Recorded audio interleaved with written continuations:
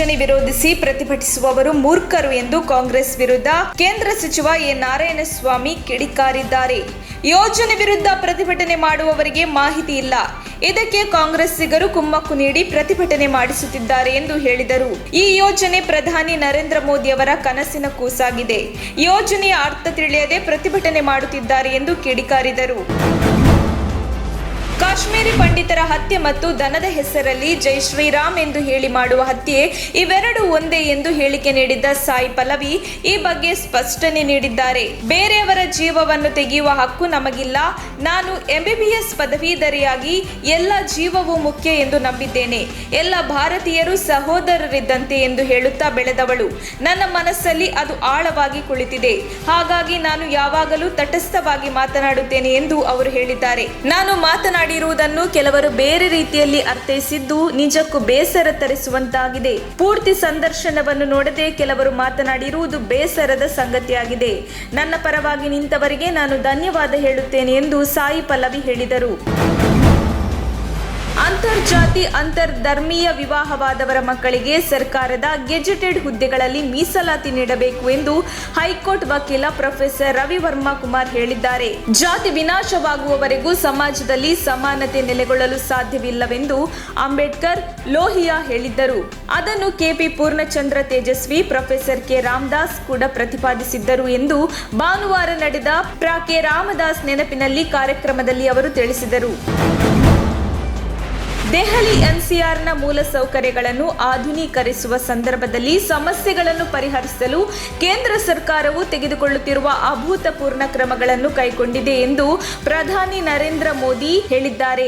ದೇಶದ ರಾಜಧಾನಿಯಲ್ಲಿ ವಿಶ್ವ ದರ್ಜೆಯ ಕಾರ್ಯಕ್ರಮಗಳಿಗಾಗಿ ಅತ್ಯಾಧುನಿಕ ಸೌಲಭ್ಯಗಳು ಮತ್ತು ಪ್ರದರ್ಶನ ಸಭಾಂಗಣಗಳನ್ನು ಹೊಂದಲು ಕೇಂದ್ರವು ಅವಿರತವಾಗಿ ಶ್ರಮಿಸುತ್ತಿದೆ. ಅನೇಕ ಒಳ್ಳೆಯ ಕೆಲಸಗಳು ಮತ್ತು ಒಳ್ಳೆಯ ಉದ್ದೇಶದಿಂದ ಮಾಡಿದ ಕೆಲಸಗಳು ರಾಜಕೀಯ ಬಣ್ಣ ಪಡೆದುಕೊಳ್ಳುತ್ತಿರುವುದು ನಮ್ಮ ದೇಶದ ದೌರ್ಭಾಗ್ಯ ಎಂದು ಹೇಳಿದರು.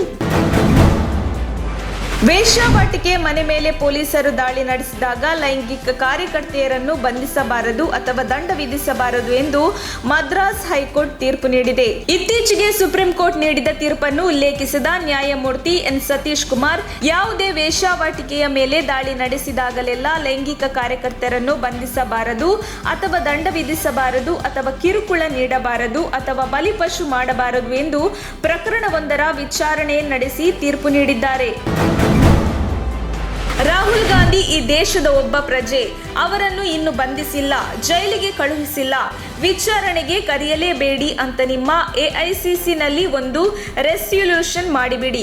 ಅದರಲ್ಲೂ ಸೋನಿಯಾ ಗಾಂಧಿ, ರಾಹುಲ್ ಗಾಂಧಿ ಅವರನ್ನು ವಿಚಾರಣೆಗೆ ಕರೆಯಲೇಬೇಡಿ ಅಂತ ರೆಸಲ್ಯೂಷನ್ ಮಾಡಿ ಎಂದು ಮಾಜಿ ಸಚಿವ KS ಈಶ್ವರಪ್ಪ ಕಾಂಗ್ರೆಸ್ ವಿರುದ್ಧ ಕಿಡಿಕಾರಿದ್ದಾರೆ.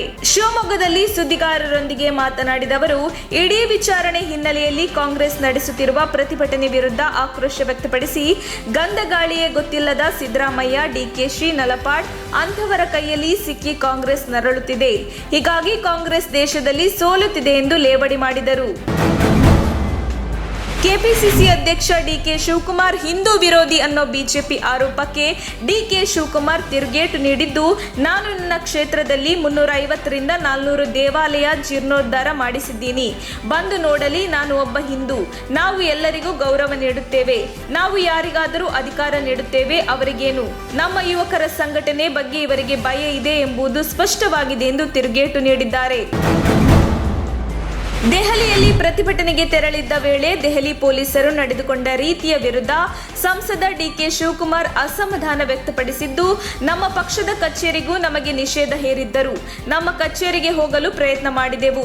ಆ ವೇಳೆ ಕಚೇರಿಗೆ ಹೋಗಲು ಬಿಡಲಿಲ್ಲ, ವಾಪಸ್ ಬರುವುದಕ್ಕೂ ಬಿಡಲಿಲ್ಲ ಎಂದು ಆಕ್ರೋಶ ವ್ಯಕ್ತಪಡಿಸಿದರು. ಬೆಂಗಳೂರಿನಲ್ಲಿ ಮಾತನಾಡಿದವರು, ನಾವು ನಮ್ಮ ನಾಯಕರಿಗೆ ಧೈರ್ಯ ತುಂಬಲು ಹೋಗಿದ್ದೆವು. ಆದರೆ ಇವರು ಮಾಡ್ತಿರೋದು ಏನು? ಪ್ರಜಾಪ್ರಭುತ್ವದ ವಿರೋಧಿ ಧೋರಣೆ. ಇದಕ್ಕೆಲ್ಲ ನಾವು ಹೆದರುವವರಲ್ಲ ಎಂದು ದೆಹಲಿ ಪೊಲೀಸ್ ವಿರುದ್ಧ ಕಿಡಿಕಾರಿದರು. ಪ್ರಧಾನಿ ಮೋದಿ ಆಗಮನಕ್ಕೂ ಮೊದಲೇ ಮೈಸೂರಿನಲ್ಲಿ ಗೋ ಬ್ಯಾಕ್ ಮೋದಿ ಘೋಷಣೆ ಕೇಳಿಬಂದಿದ್ದು, ಸಿಪಿಐ ಹಾಗೂ ವಿವಿಧ ಸಂಘಟನೆಗಳು ಪ್ರತಿಭಟನೆ ನಡೆಸಿ ಗೋ ಬ್ಯಾಕ್ ಮೋದಿ ಎಂದು ಘೋಷಣೆ ಕೂಗಿದ್ದಾರೆ. ಮೈಸೂರಿನ ಗಾಂಧಿ ವೃತ್ತದ ಬಳಿ ಪ್ರತಿಭಟನೆ ನಡೆಸಿದ ಸಿಪಿಐ ಕಾರ್ಯಕರ್ತರು ಚುನಾವಣಾ ಪೂರ್ವದಲ್ಲಿ ಮೈಸೂರು ನಗರವನ್ನು ಪ್ಯಾರಿಸ್ ಮಾದರಿಯಲ್ಲಿ ಅಭಿವೃದ್ಧಿಪಡಿಸುತ್ತೇನೆ ಎಂದಿದ್ದರು. ಪ್ಯಾರಿಸ್ ಮಾದರಿ ಅಭಿವೃದ್ಧಿ ಆಯ್ತಾ? ಮೈಸೂರಿಗೆ ನಿಮ್ಮ ಕೊಡುಗೆ ಏನು? ಉತ್ತರಿಸಿ ಮೋದಿ, ಉತ್ತರಿಸಿ ಎಂದು ಆಕ್ರೋಶ ಹೊರಹಾಕಿದ್ದಾರೆ. ಈ ವೇಳೆ ಹಲವು ಪ್ರತಿಭಟನಾಕಾರರನ್ನು ಪೊಲೀಸರು ಬಂಧಿಸಿದ್ದಾರೆ. ದ್ವಿತೀಯ ಪಿಯುಸಿ ಪರೀಕ್ಷೆಯಲ್ಲಿ ನಿರೀಕ್ಷಿತ ಅಂಕ ಬರಲಿಲ್ಲ ಅಥವಾ ಫೇಲ್ ಆದೆವು ಎನ್ನುವ ಕಾರಣಕ್ಕೆ ರಾಜ್ಯದಲ್ಲಿ 8 ವಿದ್ಯಾರ್ಥಿಗಳು ಆತ್ಮಹತ್ಯೆಗೆ ಶರಣಾಗಿದ್ದಾರೆ ಎಂಬ ಸುದ್ದಿ ನನಗೆ ತೀವ್ರ ದಿಗ್ಭ್ರಮೆ ಉಂಟು ಮಾಡಿದೆ ಎಂದು ಮಾಜಿ ಸಿಎಂ ಕುಮಾರಸ್ವಾಮಿ ಬೇಸರ ವ್ಯಕ್ತಪಡಿಸಿದ್ದಾರೆ. ಅಂಕವೇ ಎಲ್ಲವೂ ಅಲ್ಲ, ಪಾಸು ಫೇಲು ಸಾಮಾನ್ಯ, ಜೀವನದಲ್ಲೂ ಏಳು ಬೀಳು ಇದ್ದೇ ಇರುತ್ತದೆ. ಕಡಿಮೆ ಅಂಕ ಬಂದವರು ಮುಂದಿನ ತರಗತಿಯಲ್ಲಿ ಉತ್ತಮ ಅಂಕ ಪಡೆಯಲು ಯತ್ನಿಸಬೇಕು. ಫೇಲ್ ಆದವರು ಪಾಸಾಗಲು ಶ್ರಮಿಸಬೇಕು. ಅದನ್ನು ಬಿಟ್ಟು ಅಂಕಕ್ಕಾಗಿ ಜೀವನವನ್ನೇ ಅಂತ್ಯ ಮಾಡಿಕೊಳ್ಳುವುದು ಹೆತ್ತವರಿಗೆ ಮಾಡುವ ಅನ್ಯಾಯ ಎಂದು ಅವರು ಹೇಳಿದರು.